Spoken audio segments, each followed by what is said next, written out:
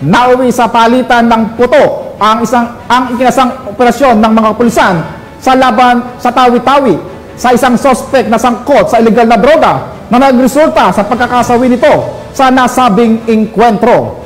Magbabalik na dyan si Patrolwoman Judy Ann Alibo. Nakumpiska ang tinatayang 734,400 pesos halaga ng shabu sa isinagawang operasyon ng mga otoridad ng Tawi-Tawi PNP na nauwi sa engkwentro sanhi ng pagkakapatay sa sospek sa Barangay Lahi-Lahay, Tandubas, Tawi-Tawi noong ika-28 ng Mayo taong kasalukuyan. Kinilala ni Police Brigadier General Prexy D. Tanggawon, Regional Director ng Bangsamoro Autonomous Region, ang nasawing sospek na si alias Otto, 45 anyos, mangingisda, dating miyembro ng ASG na residente ng Talipaw, Sulu.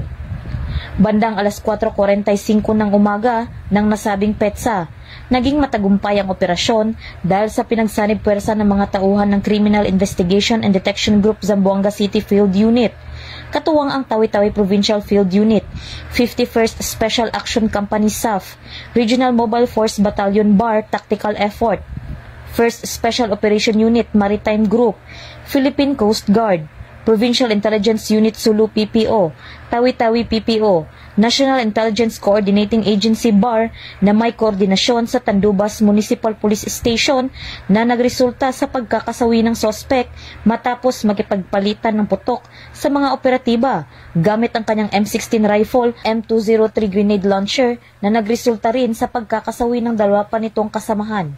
3 sa kasamahan ng mga operatiba at isang sibilyan ang sugatan din sa nasabing engkwentro. Agad namang binigyan ng paunang lunas ang 3 SAF na isinakay sa PCG patungo sa Integrated Health Office sa Bungaw, Tawi-Tawi, at ang isa pang sugatang sibilyan ay agad ding dinala sa Rural Health Unit ng Tandubas para sa angkop na lunas.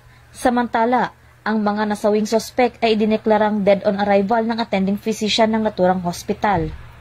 Na-recover mula sa sospek ang 14 piraso ng heat-sealed plastic transparent sachet na pinaghihinila ang shabu na may bigat ng 108 gramo o tinatayang nagkakahalagang 734,400 pesos, isang kahon ng heat-sealed plastic straw, 3 pakete ng maliliit transparent sachets, isang digital weighing scale, isang unit ng M16A1 Elesco rifle na may M203 grenade launcher, isang unit ng M14 US rifle, 3 unit ng magazine assembly ng M14 US rifle, 5 magazine assembly ng M14 US rifle, 6 na 40mm HE ammo para sa grenade launcher, isang unit ng hand grenade, isang piraso ammo pouch ng 40mm HE, isang piraso ng tactical chest rig, at isang piraso ng rifle sling bag.